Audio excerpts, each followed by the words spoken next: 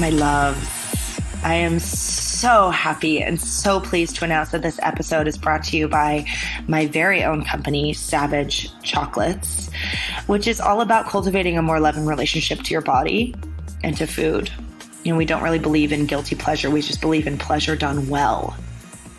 Right? Have you ever had that candy bar or thing of ice cream and you eat it and you're like, wait, I don't remember eating that. Wait, where'd that go? Well, that's why I created Savage Chocolates, because I know the importance of pleasure. And I think that we don't slow down enough to actually experience it. And so if you are wanting to eat mindfully, if you are wanting to be reminded of how to actually experience your pleasure, then please go to www.savagelosangeles.com to order your goods. All right, you guys, let's get to it.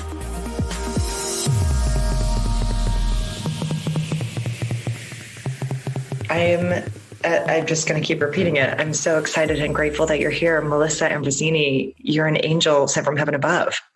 Thank you. I'm As so are you. grateful. Oh, my heart is so full just being in your radiance. Thank you for coming on Savage Lifecast. You have so much to offer the world, and you're, as we were just saying, not only are you about to give birth to a book, but you're also about to give birth to an actual human spirit. So you're just like juggling all the things, but I would love for you to introduce yourself to anyone that's new to you. And this is kind of the format that I usually do that. I firmly believe that most of us have a mess, and then we make it into our message. And so I would love to know a little bit about your mess and how you've transformed that and alchemized that into this very potent, powerful, and radiant message. Wow. Yes, that's so, it's so true. We often do have to go through murky times to get these lessons and realizations and come out the other side as an upgraded version of ourselves. And it's exciting, and we can resist it, but that's life, you know. It's all about evolution. And for me, I hit rock bottom in 2010. I actually can't even remember now. Was it 2010? Yeah, it was about 2010. And I ended up in hospital with a whole host of physical health issues, but also mental health issues. So depression, anxiety, panic attacks, eating disorder. And then my body was just completely shutting down because I was just ignoring all of the warning signs to stop and slow down. And there was so many little warning signs that I could have listened to, and I chose to ignore them. And I kept on forging forward until the rug was pulled out from underneath me. And this was definitely the hardest and most challenging time of my life, but it put me on the path that I'm on now, which I'm so grateful for. I'm so incredibly grateful for. I love what I do. I love helping people unlock their full potential and be the best version of themselves. And after I hit rock bottom, I realized that I needed to learn how to nourish my temple. I didn't even know how to do that. And so I started sharing what I was learning and studying. I was studying holistic nutrition and life coaching and meditation teacher training and yoga teacher training and acuenergetics, which is energy healing work. And I began sharing what I was learning on this thing called a blog. This is way before people even had blogs. Yeah. And you know, we just had Facebook, and I had this blog, and I was just sharing what I was learning, and then began getting asked to speak as a motivational speaker. Like my first speaking gig was for Lululemon, and they asked me to come and speak as a motivational speaker. And I was like, what even is that? Like, okay, I'll do it. I'll come and I'll talk about health and wellness and self-love and spirituality. Okay. Yeah. And I just did. I just showed up and I did it. And then I began running my own events and workshops and writing ebooks and creating online programs and writing books, and started my podcast. And that has been the journey for the past 10 years. going on 11 years. And Wow. now I'm at my fourth book, Comparisonitis, which is out right now, and so exciting Yes. to have that out in the world. And Comparisonitis is really about deep, unconditional self-love. It's about how to stop comparing yourself to others and be genuinely happy within yourself. And it's such an important book, and it's so timely. The thing is, every single one of us compares ourselves to other people, and some more severe than others. And we need the tools. We need to know how to stop doing that so that we can fall in love with ourselves and live a life that is meaningful and content for ourselves. Amen. And it's such a wild time too. I was thinking about your book, and I was thinking about how timely it is, because it's so true. Like, we just live in this time of, it's almost like, I don't know what the word is. We're just saturated. We're just so saturated with everything from social media to, what we're seeing. And now that most of us are still at home, kind of trying to negotiate a gentle truce with everything going on in our lives, it's really easy to do this compare despair game. And so thank you for that. What was the drive behind telling that story and wanting to shed some light on how comparison is so treacherous for us? There was a couple of driving forces that made me want to write this book. One of them was the fact that I was suffering from it myself. I was suffering from comparisonitis severely myself. And like with all of my books, I write them really for myself, for my younger self. And I wanted to share what I had learned and what I had realized. And so it really was about helping myself go through a huge transition of comparisonitis. And a couple of years ago, I lost one of my best friends to suicide. And what we've seen in the data is that comparison leads to anxiety, leads to depression, leads to panic attacks, leads to disordered eating, and to suicide. And so, and the rates are just going up and up and up. It is absolutely wild. And so we need to look at it. We need to do something about it for ourselves, and we need to do something about it for the future generations to future-proof them from suffering from comparisonitis, because children are getting phones younger and younger and younger. Wild. And it's crazy how young they are getting a phone, and that is one of the major causes of comparisonitis. So we need to have some strategies and some tools for ourselves and to help the future generations so that they don't suffer the way that we have suffered, and so that we can put a stop to this anxiety, this depression, and these suicides and everything that is so prominent in our society right now. Yes. And it's such an inside job too. It's like, I know, the times where I've suffered from the worst, comparisonitis, weren't like, I looked a certain way. I looked really, good. It's like, it has nothing to do with any of that. Like, it's so not external. Like, I look at you and it's like, okay, if that came from you, like, that blows my mind, but it has nothing to do with the external. It's such an inside job. Absolutely. And we can't pretend to even know what's going on for other people. We all have our own stuff going on. So we need to be mindful of that. Oh, no doubt. No doubt. And also just to, again, with the social media, and I actively participate on social media. So this is not like a bash. I think anything can be used in any way, right? It can be a beautiful tool, or it can be, is this like a treat, or is this treatment for something that I don't want to feel? And with social media too, it's like, I look at stuff and I'm like, wow, that is so altered. Like, it's all so altered. that it's, how can we even compare anyway? Exactly. I talk a lot about this in the book, about how social media is the highlight reel. And a lot of us know that, but we forget it. And that's something that we really do need to remember. And I'm not saying in the book that you need to get off social media. I teach you in the book, I give you strategies on how to make it work for you, so that it's not something that's detrimental to your mental health. It's something that you can use to connect with people and for the good, but you don't have to allow it to be a tool to kick off comparisonitis. Can you, I mean, A, everybody, all my little savages out there, let's all go get the book.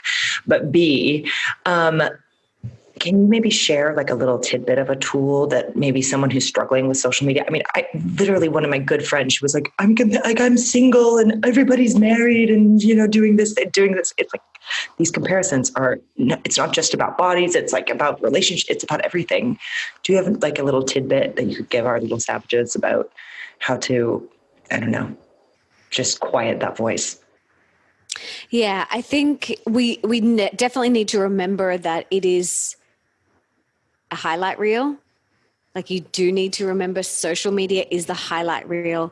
Yes. And a lot of the celebrities and the influencers that you follow this may be their job. This is a job to them. It's not a hobby. This is how they make their livelihood, and their Instagram or their social media platforms are their resume. It's like an architect with their portfolio. So we need to remember that.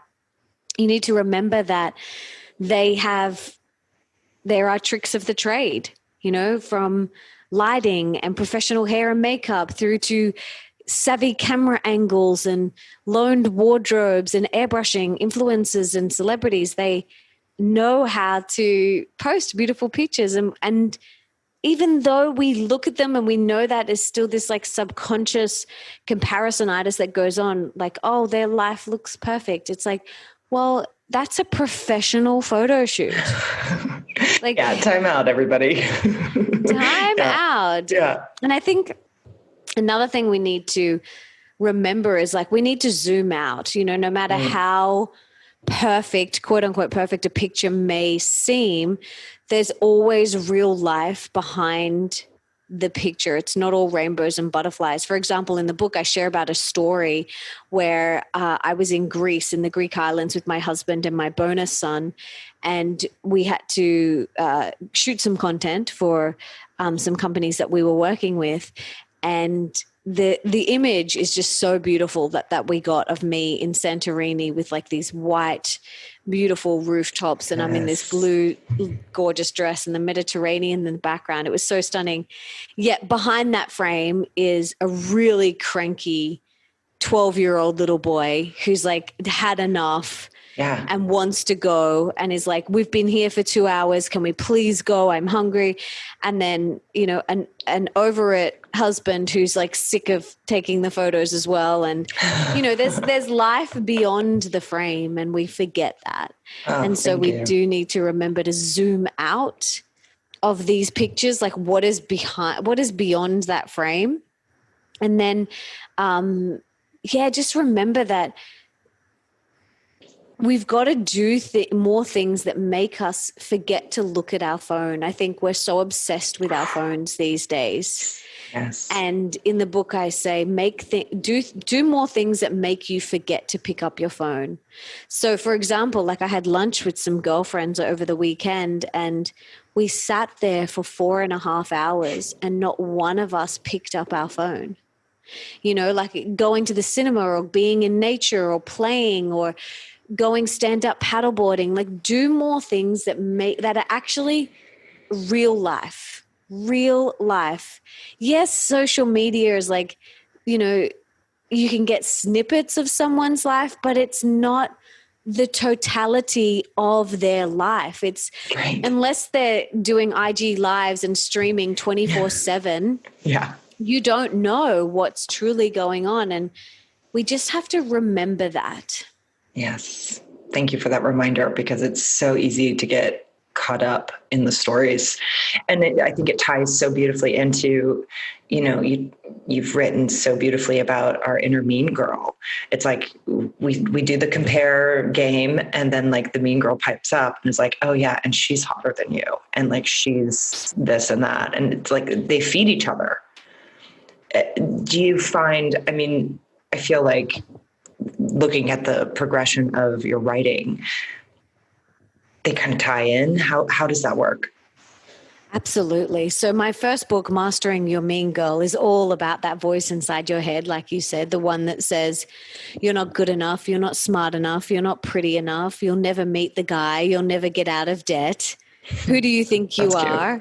Yeah, that voice. And I think absolutely, if you are suffering from comparisonitis, it would mean most likely that you have a very loud inner mean girl that's telling you you're behind, they're better than you, whatever the comparison is, the body comparison, the relationship comparison, the children comparison, the work comparison, the material object comparison, whatever it is. So it's a good indicator if you do feel like you're suffering from comparisonitis quite heavily, that maybe your inner mean girl is severely loud right now. What do you, when you're, I appreciate that you're keeping it real with me, and it's not all, like pure polka dots and moonbeams all the time. So I assume that, like we have bad days, life is sometimes not all dreams. When and if your inner mean girl still pops up, do you have like a conversation with her? How does that work? How can we integrate some of that into our everyday? Yeah, I take myself through my 4-step cast process, which I've done a TED talk on, and I share this process in the book, in Comparisonitis, and Mastering Your Mean Girl. So the 4-step cast process is what I use whenever she pops up, whenever she goes to say,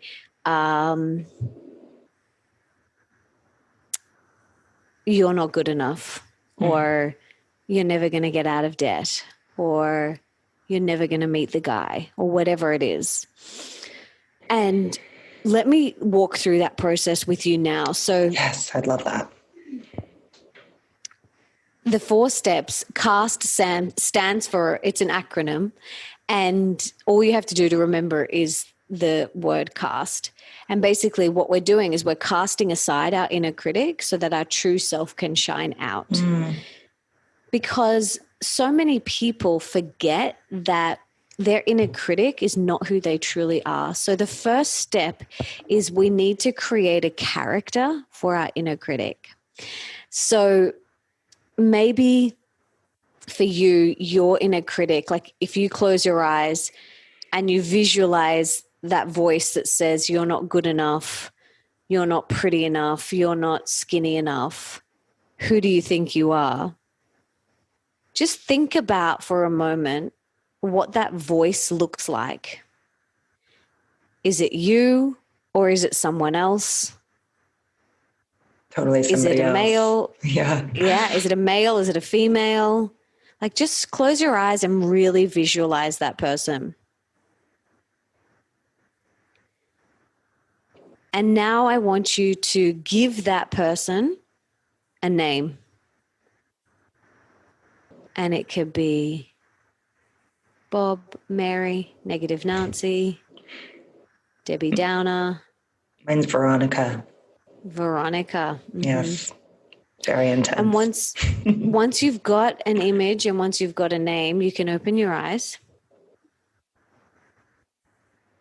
Now tell me, was yours you or someone else?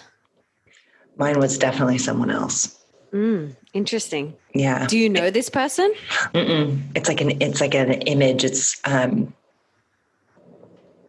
archetypal, but kind of, I have a musical theater background, a Broadway background. And so I kind of picture like Velma Kelly from Chicago. Yeah, I love that. I love it. She's like very intense and like dark hair and like very kind of like, ugh. Yes. Yeah, Veronica, definitely. And her name is Veronica. I love that. Yeah. Okay.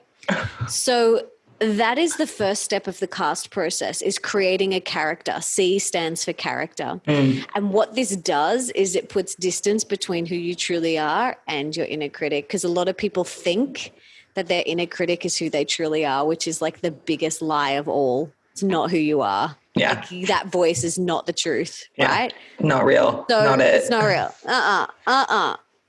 It's just your inner critic. So I love to create this little character. Mine is me. Her name is, I just call her my inner mean girl.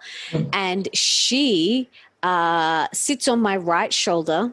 And she's about, this big. And she says, and she's wearing a little red devil outfit, because I, like you, have a performing background. Yes. And we did a dance once called Dance with the Devil, where we wore a red leotard with red knee-high boots, a red pitchfork, and red devil ears. That's so fun.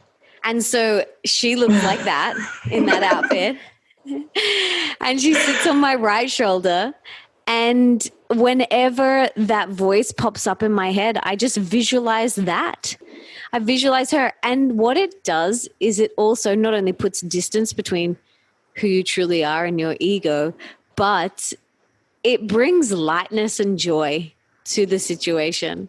So I'm like laughing as you're talking about it. I can see it. She's like cute, Yeah, hilarious. Like, absolutely hilarious. So it allows you to laugh at what she says. And so in A Course in Miracles, they say, laugh at your ego's tiny mad ideas. And this is like, we want to laugh at our inner critic's tiny mad ideas. Okay.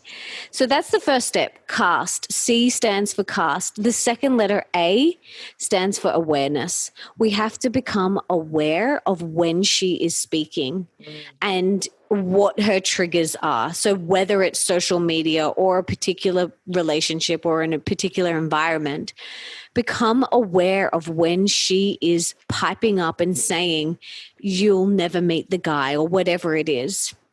Because awareness is key to all transformation. And then once we are aware, the next letter, S, stands for shut. We want to gently shut the door on her. So think of her like an annoying salesperson who comes knocking on your door to say, you're not as pretty as her, or they're already married and you're not married, or they're already having kids and you're not having kids. Right. You think of it like an annoying salesperson who comes knocking on your door to sell you steak knives, and you're just not interested. You're like, thank you, but no thanks, I'm not interested today. And you gently close the door. You're like, see ya, bye. We're good here. We're all good. Yeah. We're all good. You wouldn't allow them to come into your house, give you their 45-minute spiel on steak knives and stay over for tea. You'd be like, thank you, but no thank you. Yeah, almost that. And the same thing applies for when your inner critic comes popping up to tell you that you aren't as good as that person, or that you need this item to be worthy. You say, thanks, but I'm not interested today. And you gently close the door and you lock it behind you. Yes. And so this isn't about suppressing. This is just literally about, that's not welcome here. Right. Because it's the truth. It's not who you really are. Exactly. And then the third step is truth. Like, this whole process leads you back to the truth of who you are. And we want to choose the truth. Like, is it actually true that I will never meet the guy, or I will never get out of debt, or that I am behind, or that I'm not good enough? And the answer is no. It's not the truth. And the whole cast process leads you back to the truth of who you are. So I talk about that in the book and talk you through that whole strategy. But if you want, you can read it in the book or watch it on my TEDx talk. Yes. I love that. It reminds me a little bit of like Byron Katie's, like, is it true? Can you really know that it's true? And it's like, so often that work is like about other people, but it totally does apply just to ourselves as well. That's beautiful. So I'm always fascinated. What lessons are you learning right now? Like, what are you, maybe it's like a pattern in your own life. Maybe it's like more of a grand, new, fresh thing, but what are you learning about yourself, and what are you learning and processing right now? Right now, I am pregnant, and I am learning, well, not learning, I am being reminded of the importance of presence, because I am so excited to meet my daughter. Like, I can't even tell you, like I've got full goosebumps. Like, I'm so excited to meet her in the physical. And I dream about her every night. And like, it's just so exciting. And I have to be still in this moment and not like get too ahead of myself. So I'm reminded of presence. I'm reminded to be here and to enjoy the rest of my pregnancy, and to just embrace that and enjoy the time on my own. Because I know as soon as she's here, one becomes two for the rest of my life, and which is so exciting. But I'm just like, just be here, Melissa, and just enjoy having a day nap and just enjoy time on your own. So, and I'm also reminded of surrender. And I think launching a book the same time as a baby, and wanting to have time on maternity leave, and trusting that, in the past, this is my fourth book, like I said, and in the past, you do big book launches, and I tour Australia and I tour America and I go everywhere, and it's amazing. And just also trusting that this book will get into the hands of the people that it needs to get into the hands of. And I need to surrender to that and just allow. And so I'm reminded of that as well. It's amazing how these lessons come to us, and it's like they're not huge. It's nothing like, oh yes, it's like very weird, which it's very simple, but they really are the most impactful, important, powerful lessons. Surrender, like, are you kidding me? It's like huge. Thank you for sharing that. And I have full faith that the book will get into everyone's hands that needs it, because it's important. It's an important message that we need. And the thing is like, everyone compares. Everyone, right. Men and women, every single person. Anyone who tells you that they don't or they never have, I'm like, I'd like to meet them. I'd like to meet them, and also like shut it down, because I'm like, I don't buy it. Yeah, like even a lot of the men that, I've spoken to about this in all my research, yep, they compare themselves.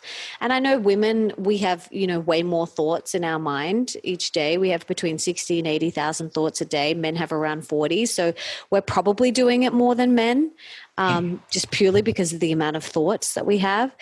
In saying that every single male that I have spoken to in all of my research and all of my data, they all do it. All do it as well. Wow. I wonder what we would do with all that time.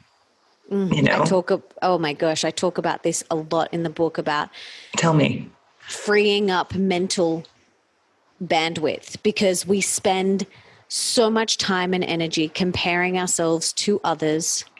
Like, imagine what we could do with that time and energy, or what we could have done with that time and energy. Like, I could have learned like 6 languages. I was just going to say, I'm like, I've been like working on that language for a minute. Let's add another one. Yeah, totally.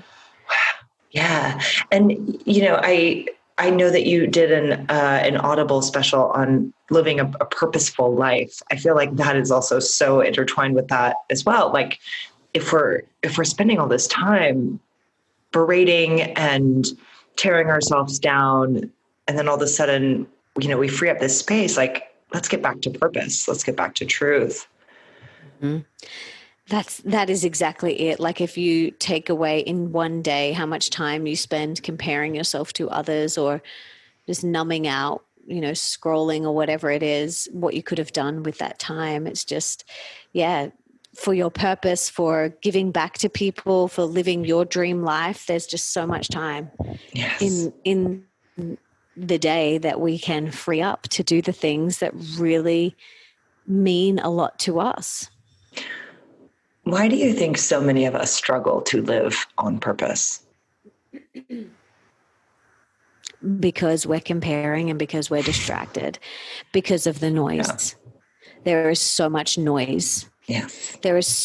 We are exposed now to more data and information than someone 40 years ago was exposed to in their entire life. We're exposed to that in a day. That's a lot of input. There's a lot of input coming in. Wow. And this is forcing us to be distracted, to compare ourselves, to get off path, to question ourselves, to doubt ourselves, to allow our inner mean girl to be on volume 10. Yes. And so we need to have this white space in our life. We need silence. We need spaciousness. We need time away from our devices. We need time in stillness and in silence to tune inward and to really listen to how we're feeling and what's going on for us, because that's where all the answers are. But it's so noisy.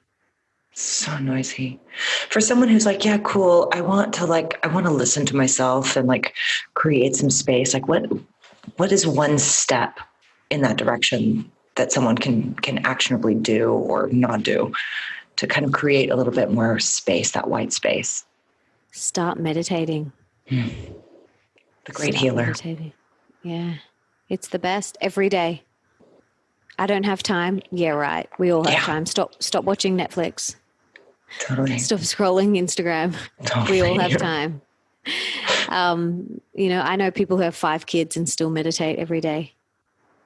So it's really about prioritizing it. And, I often say people who say I don't have time, I'm like, I want to come, let me come and sleep over and spend 24 hours with you. And I'll show you where the time is. Where the time is. Yeah. Oh my God. First of all, get rid of your TV is the first thing, and totally. There you go. There's 3 hours a day freed up.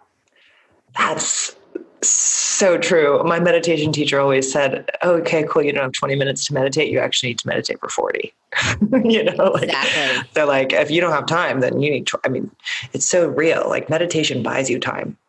Exactly. It literally buys you time. It not only buys you time, truly, literally, you're like, oh, wow, I have space. But it also buys you time between when the what hits the fan and our reactivity to it. And then we don't have to clean up so much. We don't have to backpedal so much. It's we're just doing it. We're just doing the life thing. Yeah. So meditate every day. Start now. And I believe on your site, you offer a meditation. Yeah. So just go to my website and I've got this incredible 8D meditation. Oh my God, everyone go. Oh yeah. It's free. So you just got to go to my website. It's there. It's brand new. It's 8D. It's infused with binaural beats, solfeggio frequencies, isochronic tones, and it's incredible. So you put on your headphones and you're just going to go off to space. It's so cool. I'm so here for this. I'm so excited. Oh my God. Yeah, yes. It's amazing. I worked with this incredible sound engineer in India to create this. Whoa. Okay, everyone head to her site. I'll put it in the show notes so everyone can just and have it. That's super cool. I want to know who is your teacher? Who, besides of course yourself, because you're a masterful teacher, but who else has really influenced you? And maybe a book that, besides, of course, your own but a book that you read that was a game changer for you. So definitely I've had many, many teachers. Like everyone is a teacher to me. Yes.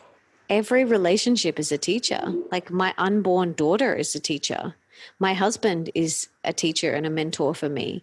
Yes. I've had many incredible mentors and teachers and guides and people that don't even know that they're my teacher or my guide because I read their book and they're mentoring me. So I personally believe everyone is a teacher to you because they allow you to go within yourself and drop deeper.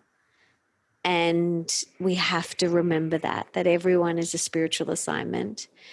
The first spiritual book I ever picked up was when I was in hospital it was actually October 2009. And it was Louise Hay's You Can Heal Your Life.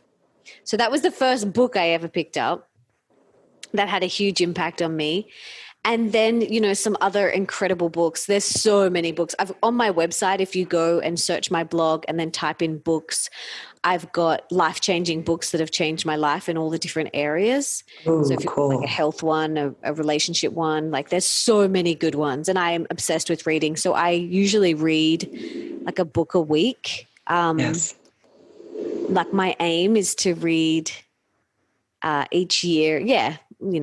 At least last year, I think I read maybe 30 books, but I was like, oh, I want to read 60 this year. So Dang. I try and read a book a week.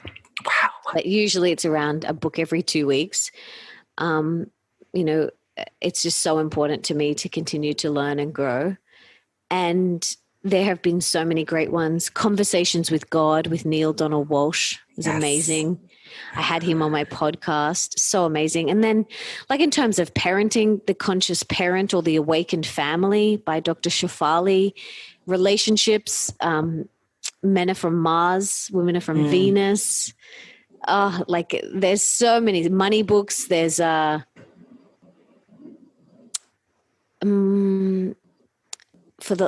the money one called by Dr. John DeMartini?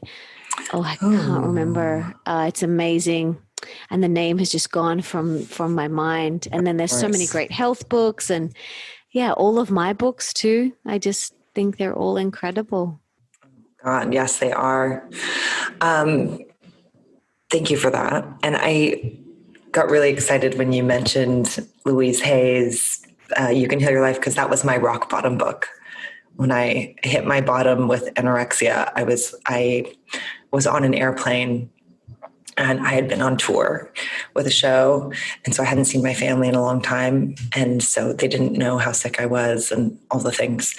And I was on the airplane, and for some reason I'd always had the book, but I hadn't actually read it. And it was this weird moment where I realized how, like, I realized how sick I was. It was reflected back to me by a flight attendant. Actually, I had asked for a tomato juice and it had 50 calories in it. So I had a Diet Coke instead. I was like, oh no, I'll take a Diet Coke. And, it was just one of these moments. And then I picked up the book and she had a whole thing on anorexia. And then I saw my family and they were all like, whoa, it was just the perfect storm of hitting that bottom. But that was my book too. You Can Heal Your Life. When I read that book, it was my rock bottom book. And when I read it, I said, I want to write a book that is the rock bottom book for other people. And that's what Mastering Your Mean Girl is. So many people have come up to me at speaking events or just emailed me or messaged me on social media and said, your book was the book that I picked up at rock bottom. And it's changed my life and healed my life. And I thought, oh, wow, it's full circle. Like I wanted to write that book for people and have that impact. And that book did that. Yeah, that book was huge for me. That was a huge, huge book for me. Your book. When I moved to Los Angeles, I picked it up, and it was a hard adjustment. I had moved because my mom was diagnosed with cancer, and so I was kind of like finding myself back in California. I'd been living in New York a long time, and had this new career and all these things, and so I was going through a huge transition. So your book was incredibly potent and important at that time. So thank you. I'm so glad. I'm so glad. Such a gift. Such a gift.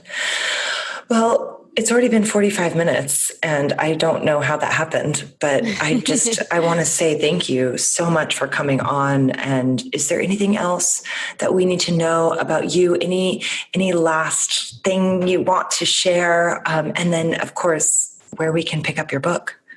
Mm-hmm. Definitely come to my website, melissaambrosini.com. And I have a podcast, The Melissa Ambrosini Show, and I'm Melissa Ambrosini on social media. And check out Comparisonitis. Please go and grab your copy for you and your friends. And yes. I've got heaps of epic bonuses that you get when you order the book. So go and check that out. And once you've read it, come and tell me what you got out of it. I'd really love to hear what your biggest takeaways are. There's a lot of very vulnerable stories in there that make me sick to my stomach that I've actually put in the book. And I think, oh my God, is that in there? And, with every book, once it's gone to the printers, I roll over in the middle of the night to my husband and I say, is it too late? Is it too late? And he's like, it's too late. It's gone to the printers. And I'm like, yeah. Should I have taken that story out? And he's like, no, babe, that story is really potent and powerful. And it's going to help so many people. Yeah. So every book I've done that. And I just want to remind you guys that comparisonitis doesn't have to be part of your life. It doesn't have to be something that you suffer from. And in this book, which is a book about radical self-love, like deep self-love, and quitting comparing yourself once and for all, and so that you can find inner peace and contentment and genuine happiness. Like that is our birthright. That is our absolute birthright. And you are a miracle, and you are here because you matter, and that you are unique and precious just as you are. And there's no need to compare yourself to anyone else. Like we all have our own unique fingerprint. And I'm the best in the world at me, and you are the best in the world at you. And there's no need to try and morph or change or fit into any other mold, because you are amazing, whole and complete, just as you are. Can we get an amen in this house? That was so beautiful. Thank you so much. What a gift to have you. And I'm so excited to get my hands on your book. Oh, I can't wait for you to read it. Please do let me know what you think. Absolutely. Absolutely. All my love. Thank you, darling. Thank you for having me.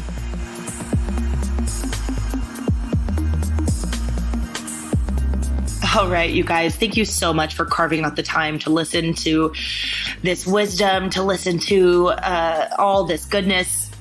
Once again, gentle reminder to please check out savagelosangeles.com to learn more about my new company that I'm so proud of. I hope it inspires you to create and cultivate a life that you dig. And also, if you are down and have, 10 seconds, then please give this podcast a 5-star review on iTunes. Super easy. Just give it 5 stars, maybe say a few kind words. And if you dug it, please share it with your friends. I would be over the moon with gratitude. All right. You guys are the bee's knees. Much love. Stay savage.